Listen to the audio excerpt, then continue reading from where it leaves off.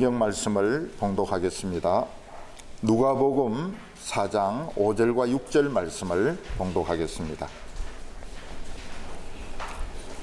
마귀가 또 예수를 이끌고 올라가서 순식간에 천하 만국을 보이며 이르되 이 모든 권위와 그 영광을 내가 내게 주리라. 이것은 내게 넘겨준 것이므로 내가 원하는 자에게 주노라. 아멘. 예전에 시카고에 한번 갔을 때가 있습니다. 그때 두 번째로 높은 빌딩, 제일 높은 빌딩은 문을 닫았고 두 번째로 높은 빌딩이 존 행칵 빌딩인데 거기 전망대에 올라갔습니다. 그 전망대에 올라가니까 거기서 뭐라고 말하는가 하면 여기서 4개의 주가 보인다는 겁니다. 미시간주, 일리노이주, 인디아나주, 그리고 위스콘신주 4개의 주가 보입니다. 이러는데 우리가 뭐 4개가 보이는지 3개가 보이는지 이거 어떻게 합니까? 뭐 그러니까 그러려니 이렇게 하고 내려오는데 한국말로 이렇게 이야기를 하니까 미국 사람이 한국말로 이야기해요. 잘 보인다고. 그래서 왜 미국 사람이 미국말 안 하고 한국말 하냐 이러니까 자기가 한국에서 선교사로 한 20년 있었대요. 한국말 들으니까 너무 반가워가지고 한국말이 막 튀어나왔다고 그래 이야기를 했습니다. 지금은 이제 존 행칵 빌딩이 한 3등 정도 되는가 봐요, 시카고에서. 근데 좌우간 미시간 호수도 보이고 여러 가지가 먼 데까지 볼 수 있었습니다. 요즘은 아파트를 30층, 40층, 심지어 60층 이리 짓잖아요. 그래서 이 고층에 사는 사람들은 고소공포증에 걸리지 않을까. 그리고 옛날에 그 산꼭대기에 사는 그 할아버지들 눈썹이 허옇게 되고 이랬거든요. 그래서 전부 도사가 되는 거 아닌가. 근데 지금 우리가 30층에 살거든요. 그래서 30층에 사는 게 어떻는가 이렇게 한번 겪어보니까 좋아요. 먼 데까지 보이고, 먼 데 있는 교회들도 보이고, 그리고 또 서울도 보이고, 그리고 하늘이 굉장히 넓습니다. 그리고 김포가 가까운지 비행기가 계속 와요. 그 비행기가 올 때마다 저는 노래 부릅니다. 떴다 비행기 이러면서. 어떤 데는 1분에 한 대씩 막 옵니다, 비행기가. 근데 이 30층의 위력을 느낀 것은 천둥 칠 때입니다. 천둥이 어디서 치느냐? 우리 아파트 밑에서 치는 거예요. 이야, 이거 진짜 이 30층 이거 진짜 참 괜찮네. 사람들은 어떻게 하든지 이렇게 높은 데 올라가려고 그러고 높은 데 살려고 합니다. 어떤 산악인이 에베레스트 산을 정복하고 내려왔을 때 기자가 물었습니다. 왜 그래 고생을 하면서 죽을 고비를 넘기면서 그 높은 산에 올라가느냐. 그때 이분이 유명한 말을 남겼습니다. 산이 있으니까 올라간다. 저는 그런 줄 알았습니다, 그 말을. 산이 있으니까 올라가지, 없으면 올라가겠습니까? 그래서 그 말을 어떻게 해석하는가 하면 산이 그냥 있기 때문에 아무 생각 없이 올라간다, 이런 뜻으로 생각할 수도 있고, 운명적으로 숙명적으로 저 산을 오르고 싶으니까 오른다, 이런 생각을 했거든요. 거짓말입니다. 산이 있으니까 오른다는 말은 새카만 거짓말입니다. 산악인들이 얼마나 야망과 명예에 집착하는지 몰라요. 산이 있으니까 오르는 게 아닙니다. 야망 때문에, 명성 때문에 오르는 겁니다. 얼마 전에 어떤 우리나라의 최고의 산악인이 병으로 죽었습니다. 이분은 히말라야에 8,000m 이상 되는, 해발 8,000m 이상 되는 산이 14개가 있거든요. 그 14개를 다 올라갔어요. 그 하나 올라가기도 힘든데 왜 14개나 올라갑니까? 명성 때문에. 그리고 철대륙에 있는 높은 산들 다 올라갔어요. 또 그것도 모자라가지고 북극에도 가고 남극에도 가고. 자, 그럼 온 데 다 다닌 거예요. 산에 오를 때 기분이 어떠냐 이러니까 후회한대요. 또 이 짓을 왜 하나. 그렇지만은 최고의 봉우리 올라가서 온 세상을 자기 발밑에 놓고 볼 때 희열을 느낀다는 거예요. 나는 세계 최고의 봉우리에 올라와 있다. 전 세계가 내 발밑에 있다. 그때 희열을 느낀다는 겁니다. 대학 수험생들은 좋은 대학교에 들어가려고 죽으라고 공부합니다. 그 높은 점수 받으면 성공이죠. 근데 사람들은 그거로 만족 못합니다. 전국 1등이 누군가 그걸 또 발표를 해야 됩니다. 전국 1등 발표가 뭐합니까? 근데 그걸 발표해야 직성이 풀리는 거예요. 교수는 총장이 되고 싶어 합니다. 정치인은 대통령이 되고 싶어 합니다. 판사들은 대법원장이 되고 싶어 합니다. 종교교회에서도 목사는 총회장이 되고 싶어 합니다. 천주교에서 신부는 교황이 되고 싶어 합니다. 사람들은 다 최고의 자리에 올라가고 싶어 합니다. 영국의 성공의 목사로 있었던 존 스토트는 그런 점에서 참 본받을 점이 있는 사람입니다. 그는 캠브리지 대학을 우등생으로 졸업했습니다. 그래서 캠브리지 대 교수가 될 수 있었습니다. 또 성공의 안에서 주교나 대주교로 승진할 길이 있었습니다. 그리고 결혼을 할 수 있었습니다. 또 결혼하려고 마음먹은 여자가 있었대요. 한 명이 있었대요. 근데 이 존 스토트는 평목사가 되어서 교인들에게 설교하고 그냥 목회하는 게 훨씬 더 가치가 있다. 이렇게 생각해서 그 사람은 캠브리지대 교수가 되지 않습니다.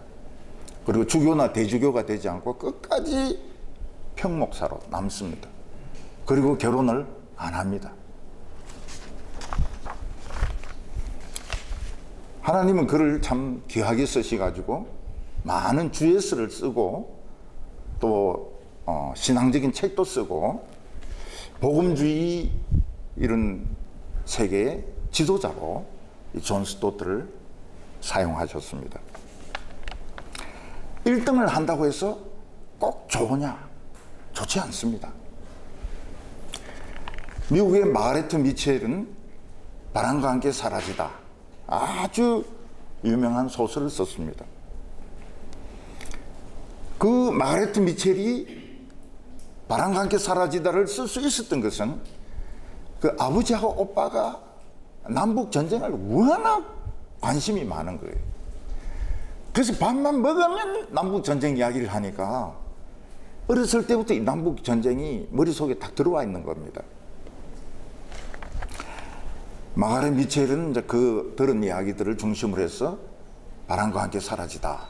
그걸 이제 썼는데 북군을 너무 욕을 하고 노예제도가 너무 좋다고 자기 칭찬을 합니다. 그래서 이 책은 욕 실컷 얻어먹을 거다. 그래서 출판을 못하고 벽장에 그냥 한 3년을 그냥 처박아 놓습니다.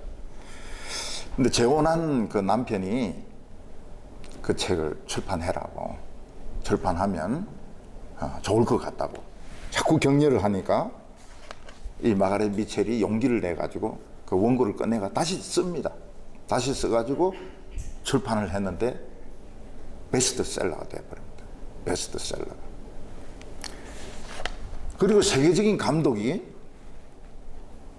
유명한 배우 클라크 게이블하고 비비안이 이 배우를 써가지고 영화를 만들었습니다. 그리고 세계적으로 유명한 작품이 되었습니다. 바람과 함께 사라지다. 근데 미첼은 많은 고통을 받았습니다. 사람들은 어떻게 생각을 합니까? 마가렛 미첼이 이걸 썼을 리가 없다는 거예요.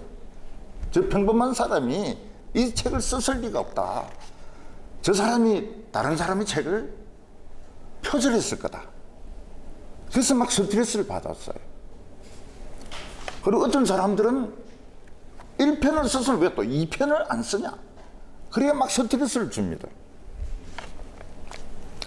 마가렛 미첼은 우울증에 굉장히 시달려요. 네. 그리고 교통사고로 죽습니다. 네. 행복하지가 않아요. 이렇게 우리는 유명하고 세계적인 명성을 날뛴 사람들이, 떨친 사람들이 행복할 것 같지만 행복하지 않습니다. 세계적으로 성공한 사람들은 진정한 친구가 없습니다. 왜냐하면 친구 만날 시간도 아깝고 또 친구 해봐야 수준도 안 맞아요. 친구가 없습니다. 물론 모든 사람들은 자신의 인생이 가치 있고 아름다운 인생이 되기를 바랍니다. 이건 전혀 나쁜 것이 아닙니다. 이거는 필요한 겁니다. 근데 사람들 중에서는 이 명성에, 성공에 눈이 뒤집혀져서 수단과 방법을 가리지 않고 부정한 방법을 쓰면서 마귀에게 절을 하면서 유명해지는 사람이 있는데 그 결과는 결코 아름답지가 않습니다. 그런 1등은 안 하는 게 훨씬 행복합니다. 오늘 첫 번째는 사람들은 잘못된 선입견을 가지고 있다는 겁니다. 어린아이들도 이렇게 기어다니면 자꾸 높은 데로 기어 올라가는 것을 좋아합니다. 왜냐하면 기어서 내려가는 것은 뒹굴어서 굴러 떨어지고 명예도 별로 없는데 2층에 기어 올라가면 잘했다고 칭찬해 주거든. 우리 집 아이도 그 기기 시작할 때 그 제 책장 그게 굉장히 위험합니다. 넘어지면 깔려서 죽을 수도 있는데 거기를 기어 올라갑니다. 자신의 명예를 위해서. 밑으로 기어 내려가는 것은 아무도 알아주지 않습니다. 사람들이 먹고 사는 문제가 해결되면 다 성공하려고 합니다. 높아지려고 하는 본능이 있습니다. 처음에 취직이 안 될 때는 말단이라도 들어갔으면 좋겠다. 청소부라도 들어갔으면 좋겠다. 그렇지만 직장생활을 해보니까 과장이 되고 싶고 부장이 되고 싶고 전무가 되고 싶고 사장이 되고 싶은 겁니다. 왜냐하면 사람은 높아질수록 권한이 커지고 사람들이 인정해주고 그리고 보수도 많이 받기 때문입니다. 예수님은 나이가 30이 되었을 때 집을 떠나겠다고 결심을 하십니다. 물론 예수님은 12살 때 하나님의 말씀을 가르치고 사람들에게 성경을 가지고 이야기하고 싶은 굉장히 강한 욕망을 12살 때 이미 가졌습니다. 근데 부모님이 그걸 인정을 안 하는 겁니다. 가출했다고 그러면서 왜 그래 속을 썩이냐고 이러니까 할 수 없이 갈릴리로 내려가서 18년 동안 목수일을 합니다. 그러다가 나이 30이 되었을 때 집을 떠나서 하나님의 일을 본격적으로 설교를 하시고 병자들 고치기 시작하는데 18년 동안 기다렸습니다. 이때 요셉의 이야기가 전혀 없는 거 보면 아버지 요셉은 아마 그때 벌써 죽었던 것 같습니다. 이스라엘은 제사장이 30대부터 봉사를 하기 시작합니다. 이 제사장 일은 아주 중요하기 때문에 젊어서 봉사하지 못하고 제사장은 나이 30이 되어야 제사장이 될 수 있습니다. 예수님은 이거를 자기 자신에게 적용을 하신 것 같아요.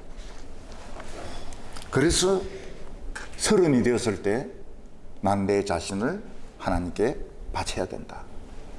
그 앞까지는 가족을 부양했습니다. 또 동생들이 아주 많아요. 그러니까 어머니 마리아를 부양하고 동생들을 부양하면서 목수일을 하다가 나이 30이 딱 되었을 때 일을 그냥 그만두고 하나님 일 한다고 설교하고 병자들을 고치기 시작한 겁니다. 예수님은 광야로 가셔서 요한의 설교를 듣고 죄인의 대표로 세례를 받습니다. 예수님이 요단강에서 세례를 받고 올라오실 때 하늘이 열리면서 성령이 임합니다. 불바람 같은 성령이 예수님에게 임합니다. 그리고 비둘기 같은 모습으로 성령이 나타나는데 그냥 새가 아니고 불비둘기였다고 생각합니다. 비둘기 형상으로. 이런 불비둘기가 예수님 위에 있었던 것 같습니다. 그때 하나님의 음성이 들리기를 너는 내 사랑하는 아들이요 내가 기뻐하는 자라. 이런 하나님의 음성이 들리게 됩니다. 예수님은 하나님의 아들이었습니다. 하나님이 기뻐하시는 독자였습니다. 그러나 사람들에게는 나이 30 된 도총각입니다. 옛날에는 사람들의 수명이 한 30, 40밖에 안 됐거든요. 그러니까 요즘으로 치면은 60, 70 정도 돼도 결혼 못한 그런 노총각인 겁니다. 하나님 앞에서는 하나님의 아들이요 하나님이 기뻐하시는 독자지만은 사람들이 보기에는 늙도록 결혼 못한 그런 총각이고 무식하고 목수일을 하고 동생들이 주름주름 달린 가난한 사람이었던 겁니다. 이것이 오늘 우리들의 정체성이기도 합니다. 우리가 교회에서 하나님 말씀을 들을 때는 하늘로 올라가는 것 같습니다. 하나님의 자녀요 축복의 사람입니다. 그러나 세상 현실로 돌아오면 내세울 것이 없습니다. 돈도 없고 공부도 많이 하지 못하고 또 상사들이 막 괴롭힙니다. 말을 막 함부로 합니다. 그때 우리는 어느 모습이 진짜 내 모습인가? 주일날 설교 들을 때 모습이 내 모습인가? 아니면 월요일 출근했을 때 모습이 내 모습인가? 자기 자신의 가치에 대해서 혼동을 겪을 때가 많습니다. 근데 마귀는 우리의 그 세상의 모습을 가지고 우리의 자존감을 막 깎아내립니다. 우리는 그런 말에 속아 넘어가서는 안 됩니다. 하나님 앞에서의 모습이 진짜 내 모습인 겁니다.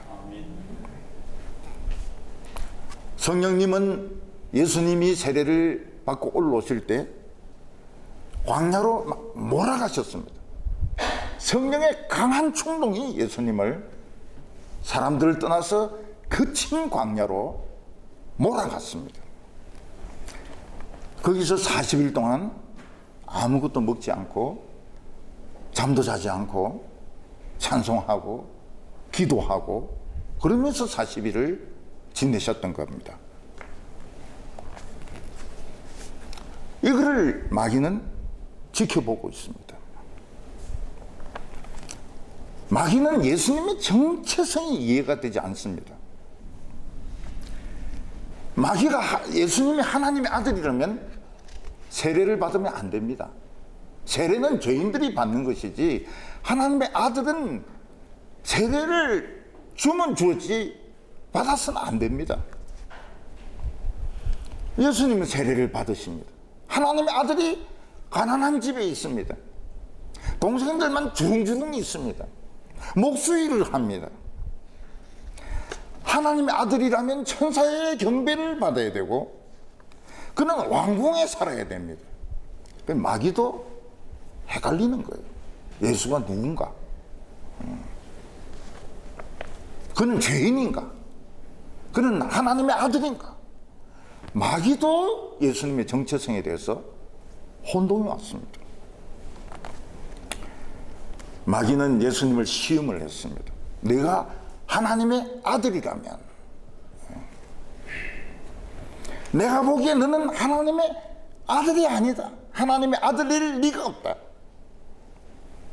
내가 하나님의 아들이라면 이 누추한 옷을 입고 40일 동안 굶으면서 기진맥진해가 있을 수가 없다는 거예요. 만약 네가 하나님의 아들이면 왜 바보같이 이렇게 사느냐? 뭐 창조의 능력이 있지 않느냐? 여기는 돌들을 다 떡으로 만들어라. 그럴 수 있지 않느냐? 우리에게 돌로 떡을 만들어라. 그거는 시험이 안 됩니다.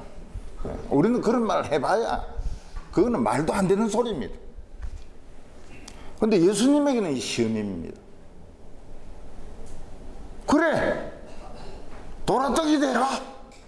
이렇게 하기만 하면 떡이 될 수 있거든요. 물이 포도주가 되듯이 떡이 될 수 있거든요. 예를 들어서 우리들에게는 수억짜리 스포츠카가 시험이 되지 않습니다. 한 번은 바닷가에 가니까 람보르기니가 있는데 그 안에 있는 엔진이 보이는 거예요. 밖에서 유리로 돼가지고. 야, 저 차는 창자가 다 보이네. 그리고 짐 실는데도 앞쪽에 있고요. 문도 막 이렇게 열리고 이렇게 열리는 게 아니고. 근데 그거는 우리에게 시험이 안 됐습니다. 시험이 안 됐어요. 왜냐하면 그거는 그냥 보기만 해도 그냥 충분하니까요. 근데 누가 로또에 당첨돼서 수십억이 생긴 사람이 있어요. 그 사람인데는 그게 시험이 됩니다. 사겠습니까? 안 사겠습니까? 삽니다. 그래야 망하니까요. 네. 성공하고 있는 사람들에게 마귀가 뭐라고 유혹합니까? 부정을 저질러라. 왜냐하면 너는 벌써 대단한 인물이니까 그 정도의 죄는 아무것도 아니다. 너는 막 성공에 따라오는 거니까 해라. 그리고 성적으로 자꾸 죄에 빠지는 게 뭔가 하면 성공하니까 사람들이 우습게 보이는 거예요. 대단하지 않게 생각되는 겁니다. 그래서 인생을 망친 사람들이 많이 있습니다. 마귀는 지금 40일 굶은 예수님에게 사람은 먹어야 된다. 사람은 먹어야 산다. 먹지 않으면 하나님의 뜻이고 뭐고 소용이 없다. 그러나 예수님은 그거에 틀린 말이라고 했습니다. 왜냐하면 사람에게는 먹는 양식보다 더 중요한 것이 있기 때문입니다. 그것은 바로 하나님의 말씀을 듣는 겁니다. 하나님의 말씀을 들으면 우리가 굶어도 살 수 있을까요? 살 수 없습니다. 아무리 하나님 말씀 들어도 굶으면 배고픕니다. 돈 없으면 참 비참합니다. 우리도 인간이기 때문에 음식을 먹어야 살 수 있습니다. 근데 이상한 것은 하나님 말씀을 자꾸 먹으면 굶어 죽지는 않습니다. 그렇다고 해서 하나님 돈을 많이 주시느냐? 절대 많이 안 줍니다. 그럼 어느 정도 줍니까? 안 굶어 죽을 만큼. 안 굶어 죽을 만큼. 까마귀를 통해서 만나를 주셔가지고 안 굶어 죽을 만큼 주십니다. 그거 먹고 살찔까요? 안 찔까요? 살이 찝니다. 이해가 안 돼. 그렇게 가난하고 환난을 겪었다 하는데 단추가 안 잠기거든. 그러니까 이 다이어트라는 것도 힘이 있어야 다이어트 하는 것이지, 그 침체되고 뭐 이렇게 하면 다이어트 할 의욕이 없어요. 예. 그래서 너무 생활이 어렵고 이러면 다이어트 하지 마세요. 뛸 힘도 없고 걷고 싶지도 안 하고, 예. 조금 먹을 게 있을 때 그때부터 이제 운동하시면 됩니다. 하나님은 말씀을 듣는 자들에게 최저 생계비만 줍니다. 왜 그럴까요? 최저 생계비 가지고 살 때 성경이 살아 움직이기 시작합니다. 오늘 모든 사람들에게는 성경은 고전입니다. 그냥 주고 있는 책입니다. 근데 이 성경을 살려야 우리가 이길 수가 있습니다. 살려야 부흥이 일어나고 살려야 세상을 이길 수 있는데, 살리는 방법이 뭡니까? 최저 생계비로 말씀을 들을 때 성경이 꿈틀거리기 시작합니다. 예수님은 기도를 가르쳐 주시면서 일용할 양식을 주옵시고, 너무 기도가 째째하지 않습니까? 일용할 양식을 지금 예수 기도한 사람 누가 있습니까? 10년치 양식, 또 지금 유학 가려고 하는데 난주 교수 자리, 그런 걸 위해서 기도하지. 하루 먹을 양식을 위해서 기도한 사람이 누가 있습니까? 근데 하루치 양식을 위해서 기도하는 사람에게 하나님이 굉장히 가까이 계신 것을 느끼게 하십니다. 마치 기도원처럼, 기도원이 양털 가지고 기도하니까 기도 그대로 첫날에는 양털에만 이슬이 내리고, 이거 우연일지 모른다. 그 다음 날에는 양털에 이슬이 내리지 않도록 기도하니까 온 세상이 이슬인데 양털은 뽀송뽀송한 겁니다. 우리에게 우리에게 생활비가 절대적이지 않습니다. 성경 말씀을 들으면 삽니다. 어떻게 삽니까? 성경이 살아갑니다. 모세는 그 애굽 왕의 아들이 되어서 진짜 호화롭게 살았습니다. 근데 그가 뭐 이스라엘 백성들 돕는다고 설치다가 사람 하나 죽고 도망을 치는데 40년을 거지같이 돌아다닙니다. 모세는 아무것도 가진 것이 없었습니다. 근데 불붙는 떨기나무에서 하나님의 음성을 들었을 때 400년 동안 잠들었던 하나님의 약속이 살아나기 시작했습니다. 400년 동안 죽어 있었던 하나님 말씀이 살아나기 시작했습니다. 그래서 지팡이가 뱀이 되기도 하고, 그리고 강을 치니까 강이 피로 변하기도 하고, 개구리들이 수천 마리, 수만 마리가 올라오기도 하고, 파리떼가 날라오고, 메뚜기떼가 날라오고, 불우박이 떨어지고, 나중에 홍해가 갈라지고, 하나님 말씀이 살아있는 겁니다. 사탄은 수천 년간 사람의 마음속에 잘못된 선입견을 집어넣습니다. 그게 뭔가 하면 먹어야 산다. 사람에게 있어서 먹는 것은 절대적인 것이다. 먹기 위해서는 공부해야 된다. 직장 가지는 것은 절대적인 것이다. 직장이 없는 사람은 실패한 사람이다. 사는 집은 절대적인 것이다. 근데 예수님은 그것을 다 깨어버렸습니다. 절대적이지 않다. 하나님의 말씀을 듣는 것이 절대적이다. 왜냐하면 하나님의 능력이 우리에게 와 있고 하나님의 나라가 우리에게 와 있기 때문이라. 요즘 그 텔레비전을 보면 산에 등산 갔다가 막 그 집을 짓는 사람들이 있어요. 예. 흙을 파가지고 흙집을 짓고 뭐 돌 안에 그 앞에 나무 같은 걸 달아가지고 거기서 추위를 피하고 또 구멍을 뚫어가지고 연통을 만들어가지고 불을 쬐고 이러는데 가만히 생각해 보니까 그러면 되겠더라고요. 그거가 굉장히 그 사람들이 멋있어 보이더라고요. 비가 막 쏟아지는데 텐트 쳐놓고 커피 탁 마시는데, 이야, 저것도 좀 멋있다. 응? 저것도 멋있다. 저는 원래 우리 가나안 교회를 시작할 때 하나님께 그렇게 기도했습니다. 사람 오면 됩니다.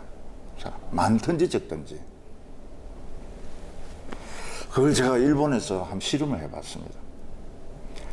그때 많은 교인들이 모이지는 않았습니다. 근데 똑같이 능력 있는 설교가 나오는 거예요. 예. 가나안 교회는 성공이다. 네, 가나안 교회는 성공이다. 어떤 분은 걱정을 하십니다. 교인들이 5천 명이었는데 조금 모이면은 설교할 맛이 나냐고. 맛이 나요. 똑같아요. 오히려 더 좋아요. 예, 오히려 더 좋아요. 처음에 제가 그 동부교회 갔을 때 수천 개의 눈이 저를 쳐다보고 있지 않습니까?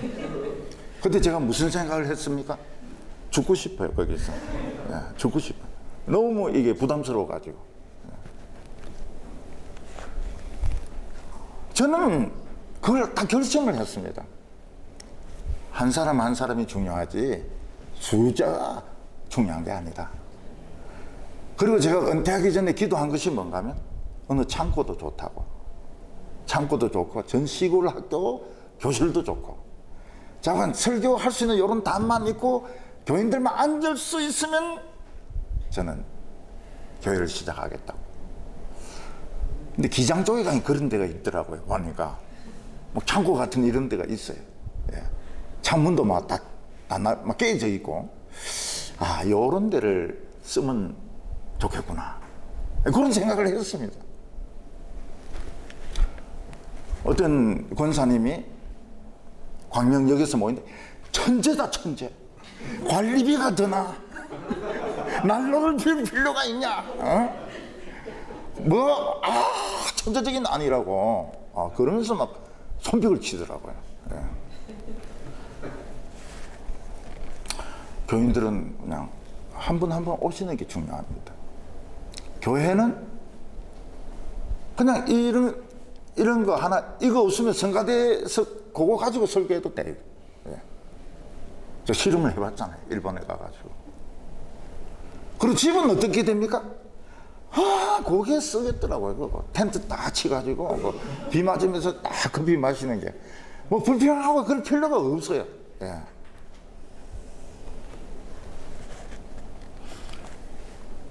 우리에게 있어서 사탄은 자꾸 잘못된 이런 선입견을 불어넣은 겁니다.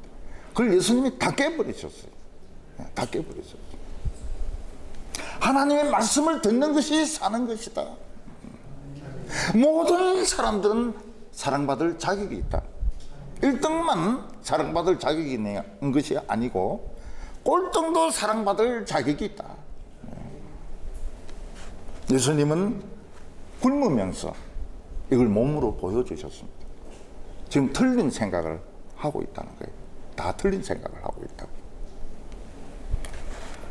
오늘 두 번째로 마귀는 우리에게 높아지는 그런 욕망을 심어 놓았습니다. 마귀는 예수님이 사람이 먹여 사는 게 아니다. 하나님 말씀 들으면 산다. 이 더 사는 거다. 응? 그렇게 했을 때 자기 실패를 인정하지 않습니다. 왜냐하면 더 큰 욕망이 있기 때문입니다. 누구든지 먹는 문제만 해결되면 높아지려고 합니다. 모든 사람은 다 최고가 되고 싶어 하지만 사실 능력이 없기 때문에 최고가 못 되는 겁니다. 이 세상의 구조는 삼각형으로 되어 있어 가지고 올라가면 올라갈수록 자리는 적어지고 경쟁은 치열해지고 맨 꼭대기는 한 명밖에는 못 올라갑니다. 교수들은 다 총장이 되고 싶어 하지만 총장은 한 명밖에 없습니다. 공무원들은 장관이 되고 싶지만 장관 자리는 하나밖에 없습니다. 군인들은 어떻게 해서든지 장성이 되고 싶어 합니다. 원스타 되면 어떻습니까? 만족이 안 되죠. 포스타가 돼야 됩니다. 그래서 한꺼번에 다 잘려버리는 겁니다. 3까지 있었으면 안 잘리는 건데 4가 되는 바람에 잘려버리는 거예요. 네. 제가 군대 생활할 때 우리 그 부대장은 작고 얼굴도 좀 시커멓고 시골 농부 같대. 그래서 군복을 안 입고 트레이닝만 입고 그 부대 안을 어슬렁거리면 시골 사람이 들어온 것 같아. 근데 그 사람이 운이 좋았어요. 우리 그 부대가 투스타 자리거든요. 이분이 투스타였습니다. 근데 그 다음에 이제 인사 이동하는데 거기서 바로 함대 사령관으로 가는 겁니다. 함대 사령관은 별셋입니다. 그때는 별셋이 둘밖에 없었습니다. 참모 차장하고 함대 사령관하고. 조금 있다가 바로 별 4개로 올라가죠. 시골 아저씨가, 시골 할아버지가 2개에서 3개 달고 3개에서 4개 달고. 모든 사람이 그 사람을 부러워했습니다. 그래도 그분은 참 덕이 있는 사람이에요. 문제가 없었습니다. 해군사관학교 졸업 예배를 설교하러 갔습니다. 졸업식은 대통령이 오고 졸업 예배는 제가 가고. 네, 좀 다르죠. 근데 그 교장이 별셋입니다. 해군사관학교 교장 선생님이 별셋이에요. 이 사람은 불구신자라서 예배 안 온대요. 그리고 그때 이제 그 군인 중에서 누가 뭐 굉장히 그 문제가 됐던 장군이 있습니다. 그래서 종교 행사에 자기 참여 안 한대요. 이분은 왜소합니다. 왜소하고 또 성이 제주도에 부시예요. 그래서 부를 때 부교장 이러니까 이분은 한 번도 정교장이 돼 본 적이 없습니다. 부교장인 둘인 거예요. 이 사람도 부교장이고 또 진짜 부교장 별 하나도 있고요. 이 사람이 이제 안 온다는 거예요. 졸업식에. 자기는 종교 행사에 참여 안 한다고. 그래서 제가 사관학교에 전화를 했죠. 우리가 왜 사관학교에 가서 예배 드리냐? 별 보러 가는데 별 셋이 안 나오고 별 하나가 오면 그거 어떻게 되냐? 김수택 목사님이 뭐가 되냐? 별 3개 빨리 보내라고. 그랬더니 이제 이 군목이 난리가 난 겁니다. 김 목사님이 정식으로 이게 문제를 제기하시는구나. 그래서 본부에 전화를 한 거예요. 그래서 본부에서 알았다. 그래서 참모 차장이 별 3인데 내려왔어요. 예배에 참, 그분은 크리스찬입니다. 잘생겼죠? 크리스찬은 다 잘생겼더라고요. 키도 크고. 예. 그 나중에 부교장도 왔어요. 예. 나중에 광고할 때 왔어요. 예. 그 사진 보면 제 양쪽에 별셋이 2명이 있습니다. 예. 그래서 그때 이제 참모총장이 갈릴 때인데 저는 마음속으로 이 차장이 참모총장이 돼야 된다. 저 조그맣고 왜소한 저 사관학교 교장보다는 이 참모차장이 잘생겼어요. 잘생기고 경력도 좋고 신앙도 좋고. 그래서 저 사람이 총장 됐으면 좋겠다. 근데 이 부교장이 총장 됐어요. 아, 참 세상은 생각하고 다르더라고요. 그분은 제대하고. 예.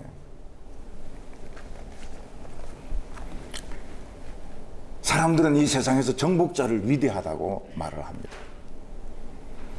징기스칸. 네. 징기스칸은 뭐 유럽까지 정복을 했습니다. 그리고 남긴 게 뭡니까? 징기스칸 요리만 남긴 겁니다. 유럽에 패스트를 퍼뜨리고 그래서 인구 3분의 1에서 반 정도가 죽고 징기스칸 요리만 남아 있습니다. 사람들은 나폴레옹이 위대하다고 합니다. 그 정신병자입니다. 네, 정신병자. 그 징기스칸이 왜 그렇게 빨리 정복할 수 있었습니까? 밥을 안 해 먹어요. 몽고족들은 말린 말고기를 먹으면서 달리기 때문에 식사 시간이 없습니다. 그러니까 굉장히 기동성이 뛰어난 거예요. 다른 데서 뭐 빵 굽고 밥 씻고 이런 동안에 벌써 쳐들어오는 겁니다. 나폴레옹은 정신병자입니다. 전쟁광입니다. 처음에는 베토벤이 나폴레옹이 진짜 영웅이다. 유럽을 구원할 구원자다. 그래서 교향곡 3번을 퓨어 보나파르트에게 바친다. 그렇게 앞에 썼습니다. 예. 근데 나폴레옹이 황제가 되었다는 말을 알고는 그 표지를 찢어버립니다. 예. 근데 이제 그 썼던 흔적은 남아있다 그래요.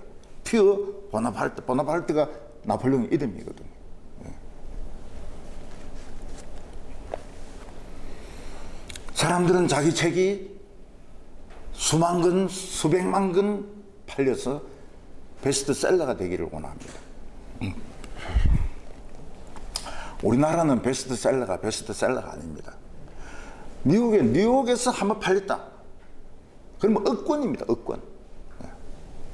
거기서 한번 히트 쳤다 그러면은 뉴욕에서 뭐 연극이라든지 영화라든지 소설이라든지 뭐 추리소설 히트 쳤다.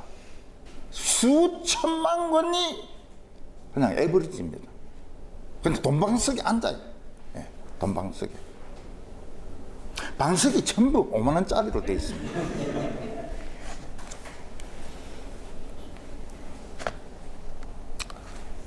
신문에 그 사람 이름이 나오면 어떻습니까? 다 합니다. 텔레비전에 자주 나오면 모든 사람들이 다 합니다. 그러나 예수님은 틀린 생각이라고 말씀하십니다.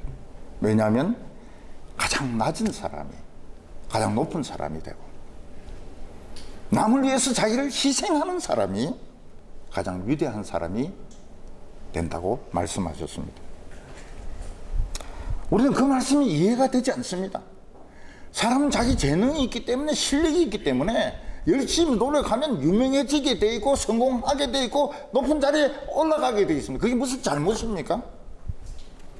그것은 잘못은 아닙니다. 그러나 우리가 가지고 있는 재능, 우리가 가지고 있는 돈, 우리가 가지고 있는 젊음, 이거 전부 하나님 빌려준 겁니다. 대통령의 그 권세 빌려준 겁니다. 그래서 권력을 가진 사람은 함부로 권력을 쓰지 말라고. 예. 칼을 가진 사람은 칼을 쓰지 말라고. 저는 동북에 25년 목회하면서 단 한 명도 치리를 한 적이 없습니다. 왜냐하면 이 칼이 무섭기 때문에. 이 칼을 함부로 쓰면 안 되기 때문에. 이 칼을 그냥 가지고 있다가 주님에게 반납을 해야 되기 때문에 한 번도 칼을 휘두른 적이 없습니다. 근데 설교에서는 휘둘렀죠. 예. 설교는 금법이니까요. 좌우의 날선 검이니까요. 어떤 데는 막 조고를 그냥 한번 어떻게 해버릴까 이런 사람이 있어도 절대로 안 했습니다. 절대로 안 했어요. 분명하게 무슨 잘못이 있고 죄가 있어도 안 했습니다. 오히려 사랑으로 그 사람이 돌아오기를. 다 돌아왔어요. 전부 다 돌아왔어요. 저를 찾아옵니다. 저를 찾아와요. 목사님 아시는 것 같은데요? 이러면서 다 이야기합니다. 그리고 자기는 다시 잘 살겠습니다. 박수죠, 박수. 예. 보통 사람들이 생각하는 것처럼 막 목을 치고 배를 찌르고 이러면은 교회는 피투성이가 됩니다. 저는 단 한 번도 그렇게 한 적이 없었습니다. 25년 동안 큰 소리가 난 적이 한 번도 없었습니다. 왜냐하면 하나님이 주인이시기 때문에. 나는 고난을 빌려서 쓰고 있다가 반납을 해야죠.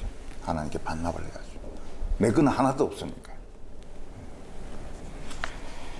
사람들은 이 세상의 주인이 인간이라고 생각합니다. 왜냐하면 하나님은 눈에 보이지도 않고 하나님은 간섭도 안 하십니다. 그래서 높은 자리를 차지하기만 하면, 권한이 있기만 하면 감옥에 집어넣고 조사를 하고 먼지를 털고. 그러나 반납을 해야 될 때가 있습니다. 그 고난을 반납할 때는 자기도 똑같이 당하게 됩니다. 사람들은 인생의 주인이 자기라고 생각하기 때문에 자기 하고 싶은 걸 다 합니다. 건물도 자기가 주인이기 때문에 자기 마음대로 건물을 쓰고 팔고 빌려주고 합니다. 사람들은 좀 더 넓은 집의 주인이 되고 싶어 하고, 좀 더 큰 나라의 주인이 되고 싶어 하고, 좀 더 멋진 큰 땅의 주인이 되고 싶어 합니다. 인간은 만물의 영장이고 우주선도 만들었습니다. 인간은 모든 걸 다 정복했습니다. 인간이 주인인 것 같습니다.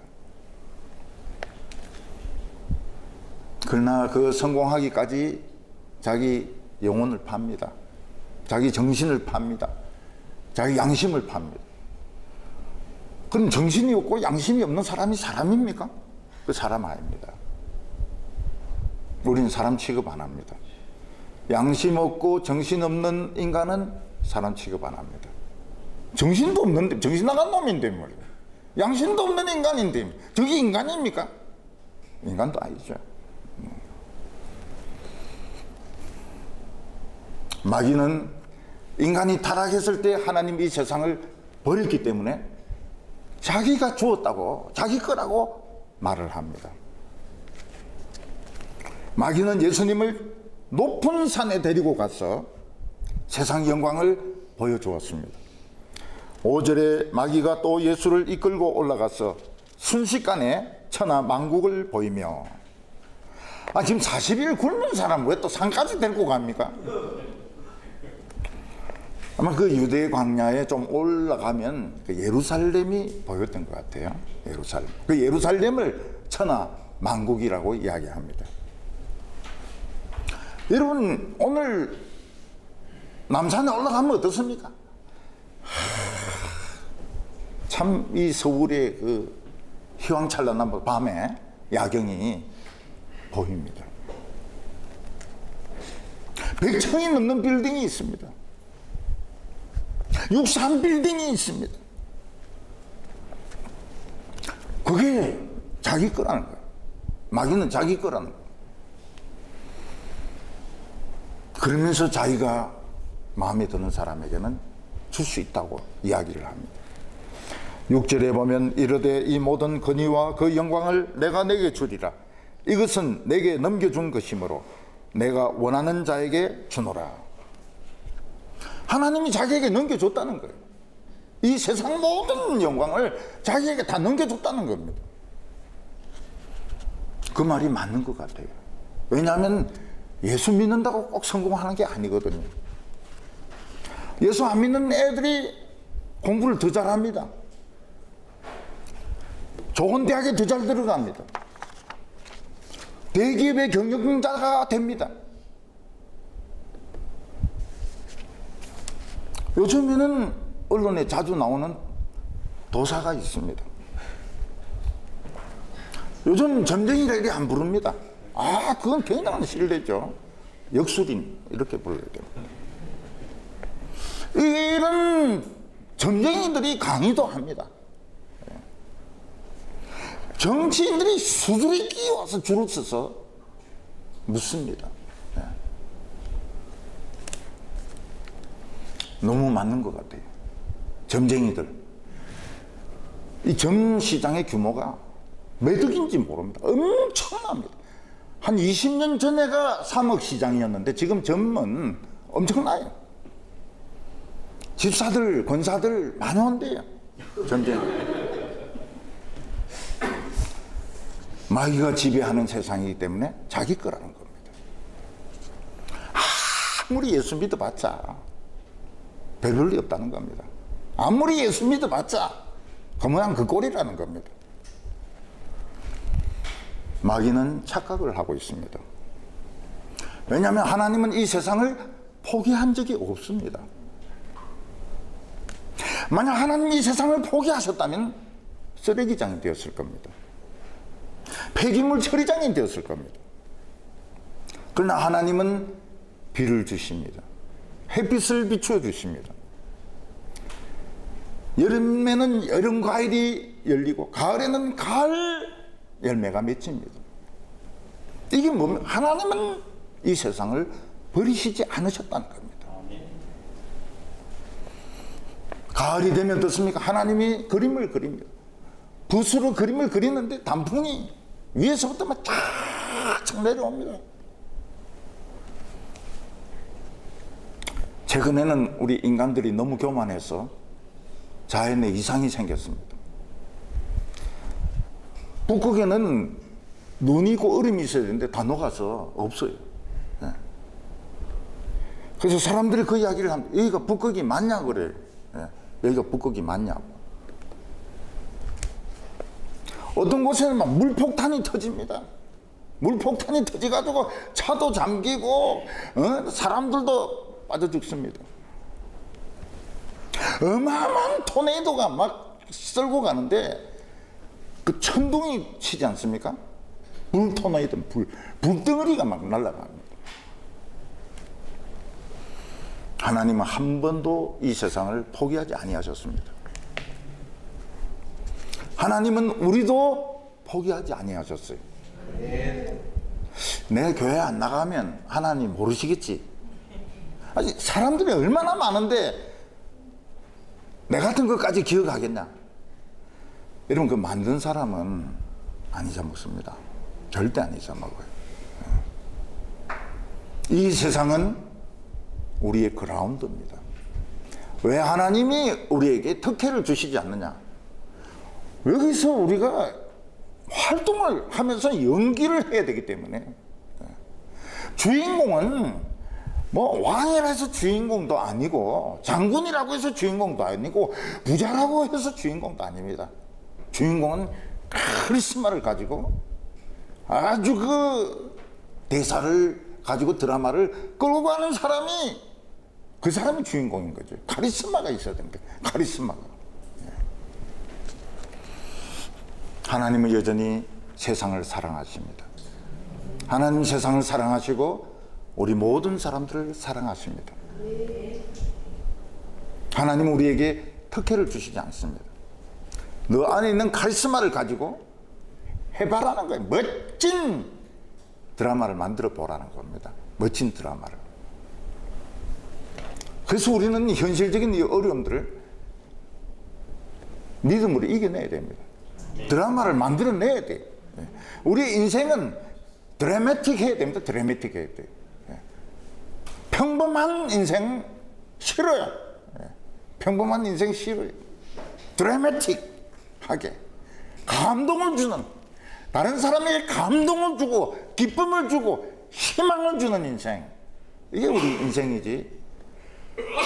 편안한 집에서 텔레비 보면서 양주 마시면서 그러다가 죽습니다. 심근경색으로 죽습니다. 이 세상은 우리의 그라운드입니다. 우리의 그라운드. 축구 잘하는 사람은 어떻습니까? 그라운드 전체를 씁니다. 전체를 써요.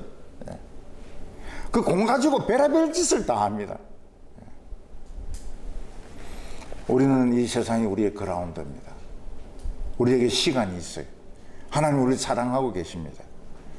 그러니까 계급이 낮을 수도 있어요. 하인일 수도 있습니다. 주인공은 주인공인 겁니다. 주인공은 주인공이에요. 병사할 수 있습니다. 그러나 주인공은 주인공이에요. 오늘 세 번째로 마지막으로 마귀의 요구가 나옵니다. 마귀는 이 세상의 모든 권세와 영광은 내 것이다. 내가 특별히 예수들을 잘 봐줘서 너희한테 주겠다. 모든 통치권, 모든 지위, 모든 재산 다 주겠다. 이게 예수님에게는 유혹이 됩니다. 왜냐하면 예수님이 항상 무거운 짐이 있었습니다. 그게 뭡니까? 십자가였습니다. 십자가의 짐이 예수님을 한평생 누르고 있었습니다. 고통 없이 권세, 왕의 권세, 고통 없이 영광을 가진다면 이건 예수님이 정말 원하는 것입니다. 예수님에게 십자가만 앉을 수 있다면 그보다 더 좋은 게 없어요.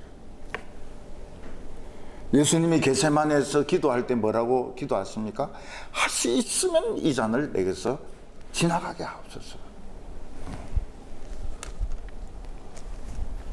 그때 마귀가 솔깃한 제안을 합니다. 딱 하나다. 나에게 절을 하기만 하면 다 주겠다는 겁니다. 절을 하는 건 뭘 말합니까?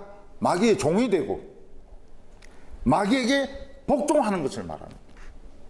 근데 마귀가 얼마나 정신이 나갔는가 하면 마귀는 피조물입니다. 예수님은 창조자입니다. 피조물이 창조자 보고 절해라고. 강아지가 주인 보고 절해라고. 근데 요즘은 그런 일이 일어나고 있습니다. 요즘은 강아지가 얼마나 권세와 영광을 가졌는지, 주인이 강아지를 그 유모차에, 그건 옛날 일이죠. 옛날에 저는 처음에 악인 줄 알았습니다. 보니까 그 개가 그 한 마리 들어앉아 있더라고요. 감기 걸리면 강아지를 안고 막 병원으로 뛰어갑니다. 엘리베이터를 타는데요, 그 요만한 강아지가 우리 보고 와와와 이러고 짖더라고요. 저거를 그냥 어떻게 해버릴까 이런데 우리 애기 막 뒤로 돌았어 가지고 막 달래는 거예요. 침대에 한번 재워주면 안 내려옵니다. 그 다음부터는 지가 먼저 올라가요. 산책 갈 때도 자기가 가자 그럽니다. 그 유모차, 다리 아프면 유모차 태워달라고 그래요.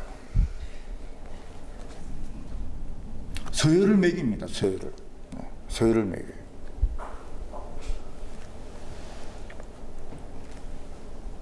그럼 마귀는 피조물입니다. 마귀님 이러면 안 돼요. 귀신님 이러면 안 됩니다. 귀신, 마귀, 이 피조물 이렇게 해야죠. 얘는 창조주인데, 창조주 하나님인데, 하나님 보고, 강아지가 아들 보고 절해라고. 그걸 살려두어야 됩니까? 말할 때.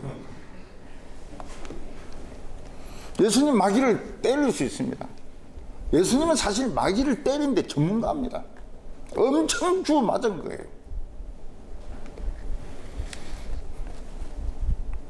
예수님은 뭐라고 말씀하십니까?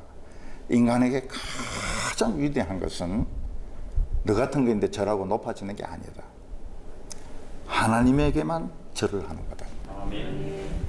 8절에 예수께서 대답하여 이르시되 기록된 바 주 너의 하나님께 경배하고 다만 그를 섬기라 하였느니라. 인간에게 가장 위대한 성공이 무엇입니까? 하나님께 경배하고 하나님께 예배하는 겁니다. 이것이 인간의 제일 되는 목적입니다.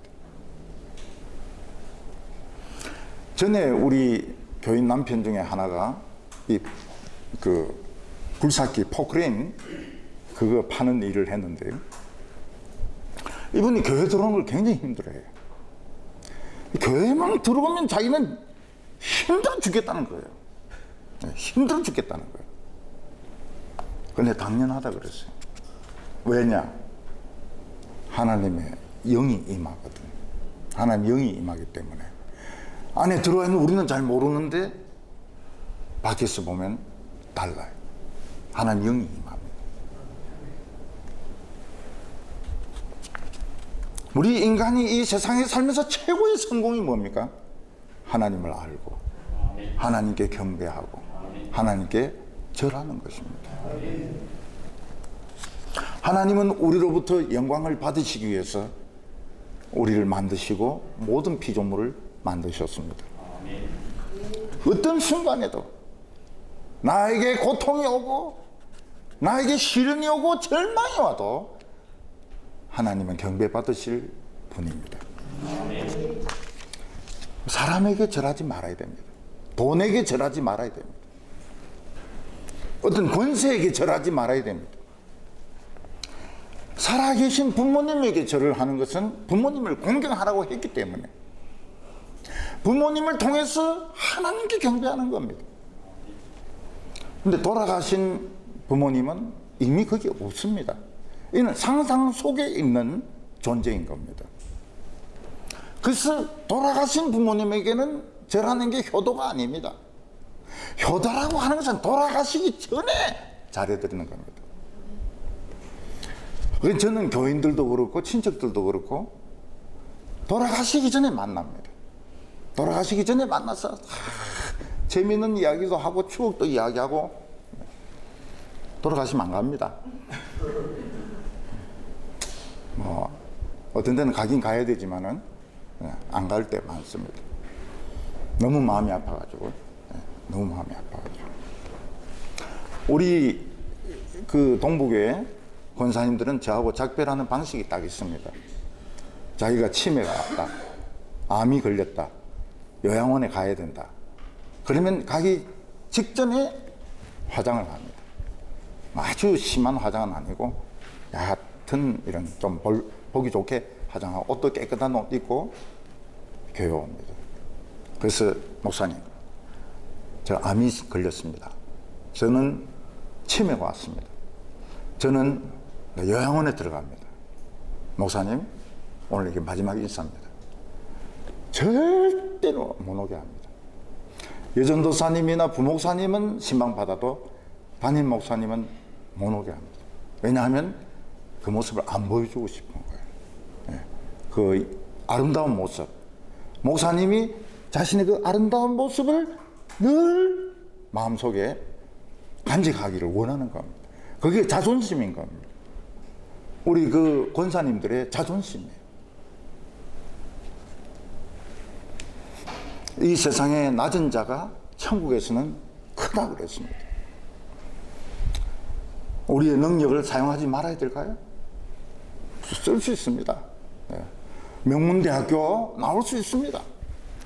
저는 우리 교인들, 그 중고등학생들 막 기도합니다. 좋은 대학 들어가. 그럼 막 무더기로 들어가요. 무더기로. 그 명문대학교를 나온 목적이 뭡니까? 남을 도우려고 나온 겁니다. 남을 도우려고. 힘이 센 아이는 여자아이를 괴롭히려고 힘이 센 것이 아니고 장애인들 가방 들어주고 장애인 업어주고 이래라고 힘이 있는 거예요. 우리 인간은 자기가 가진 것을 다 반납해야 됩니다. 그때는 전부 알거지로 변합니다. 직장도 없고 돈도 없고 대통령도 없고 사장도 없습니다. 남는 건 뭡니까? 사랑이 남습니다. 그 사람이 다른 사람을 사랑했던 것, 믿었던 것, 믿어주었던 것. 이 세상에서 제일 큰 사람은 겸손한 사람입니다. 요즘은 겸손한 사람을 만나기가 너무 어려워요. 왜냐하면 겸손한 사람들이 없어져 버렸습니다. 멸종이 되어 버렸습니다. 사람들은 겸손한 자를 보면 업신여깁니다. 발로 짓밟습니다. 우습게 합니다. 그러니까 아무도 겸손한 사람이 안 되려고 하는 거예요. 겸손한 자가 가만히 있는 이유가 뭡니까? 태산같이 크기 때문입니다. 그 사람은 흔들어도 흔들리지 않습니다. 흔들 바위가 아닙니다. 흔들어도 그냥 태산 같아.